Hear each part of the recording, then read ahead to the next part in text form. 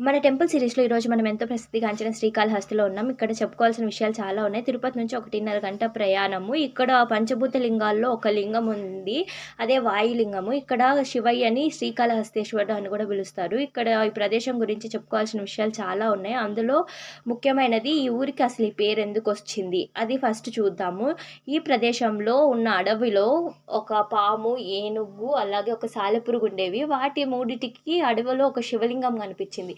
అంతే. అవి భక్తితో ఒక్కొక్క విధంగా పూజలు చేసేవి. సాలిపురుగు స్వామి చుట్టూ గూడులాగా చుట్టింది. ఇంకా పాము స్వామివారిని ఎండ నుంచి, వాన నుంచి కాపాడడానికి గొడుగులాగా ఆయనకి పడగ పట్టింది. అలాగే ఏనుగు రోజు తొండంతో నీటిని తెచ్చి స్వామివారికి జలాభిషేకం చేసేది. ఇలా ఒకదానికి మించి ఒకటి రోజు పోటీపడి స్వామివారికి భక్తితో పూజలు చేస్తే మన భోలాశంకరుడు ఆ మూగ జంతువుల భక్తికి మురిసిపోయి వాటికి మోక్షాన్ని ప్రసాదించారు. తరువాత వాటి పేరు మీదనే ఈ ఊరికి శ్రీకాళహస్తి అని పేరు వచ్చింది. శ్రీ అంటే సాలెపురుగు, కాళ అంటే పాము, హస్తి అంటే ఏనుగు. సో అప్పటి నుంచి ఇది శ్రీకాళహస్తిగా ఉంది. ఇంకా ముఖ్యమైన విషయం చెప్పుకోవాల్సింది భక్త కన్నప్ప గురించి. మనకి రీసెంట్గా వచ్చిన కన్నప్ప మూవీ కూడా ఈ ప్రదేశము అండ్ ఆ కన్నప్ప గురించే. అండ్ ఏంటంటే చాలా సంవత్సరాల క్రితము తిన్నడు అనే ఒక బోయవాడు ఉండేవాడు. ఆ తిన్నడు ఎవరో కాదు, ఇప్పుడు మనం పిలుచుకునే భక్త కన్నప్పని. ఆయన అసలు పేరు తిన్నడు. ఒకసారి అడవిలో వస్తుండగా ఆయనకి శివలింగం కనిపించింది. అసలే మన తిన్నడు చాలా శివభక్తుడు అనమాట. ఇంకా ఆయనతోనే అక్కడే అడవిలో ఉండిపోయి రోజు ఆ శివుడికి పూజలు చేసుకుంటూ ఆయన వేటాడి తెచ్చిన మాంసాన్నే శివయ్యకి నైవేద్యంగా పెట్టి ఉండేవాడు.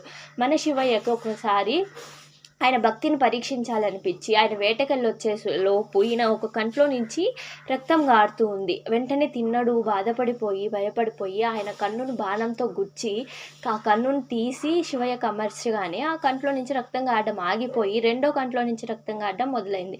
వెంటనే ఈయన కాలిని మొదటి కన్ను పడిపోకుండా అడ్డుపెట్టి లింగానికి ఈయన రెండో కన్ను బాణంతో గుచ్చి తీసి శివయ్యకు అమర్స్తే రక్తం గారడం ఆగిపోయింది.